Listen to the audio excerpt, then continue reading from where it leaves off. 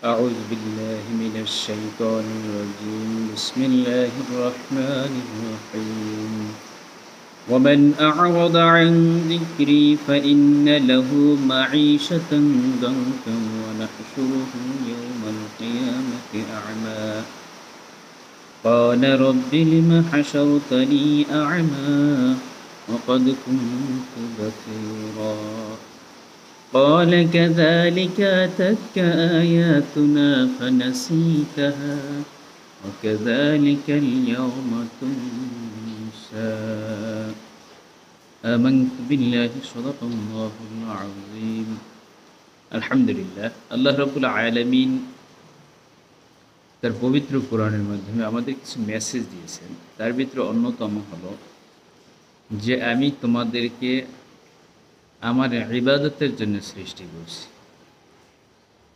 তো যে মনিব এত সুন্দর করে বানিয়ে এত সুন্দর আকৃতি দিয়ে এরপর বললেন যে আমি তোমাদেরকে আমার দাসত্বের জন্য বানিয়েছি, এবং সেখানে আবার তিনি আমাদের স্বাধীনতাও দিয়ে দিয়েছেন। কি আজব একটা জিনিস! তিনি আমাদের দাসত্বের জন্য বানালেন, আবার স্বাধীনতাও দিয়ে দিলেন। তো সেখানে আমাদের করণীয় কি আসলে?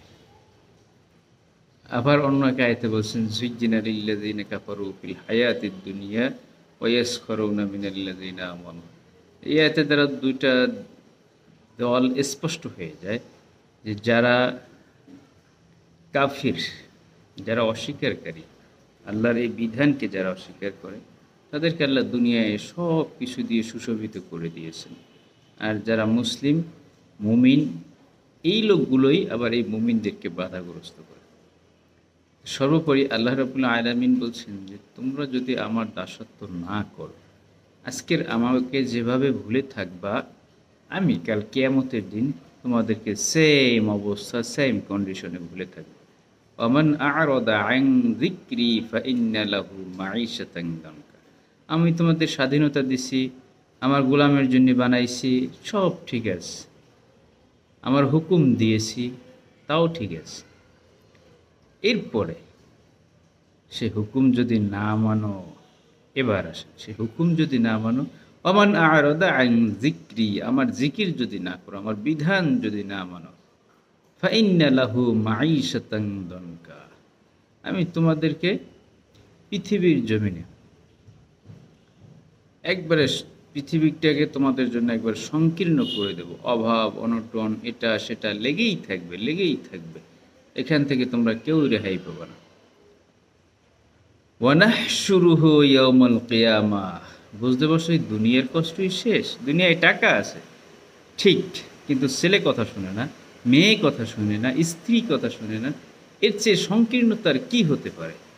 ঘরে খাবার আছে, শারীরিক অসুস্থতার কারণে খেতে পারছি না, এর চেয়ে সংকীর্ণতার কি হতে পারে?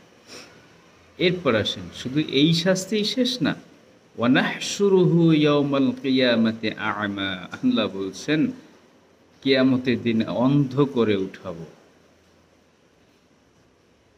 ক্বালা রাব্বি লিমা হাশারতানি আ'মা। তখন এই মানুষগুলোই, যাদেরকে অন্ধ করে উঠানো হবে, তারাই বলবে, আল্লাহ আমাদেরকে কেন অন্ধ করে উঠালেন?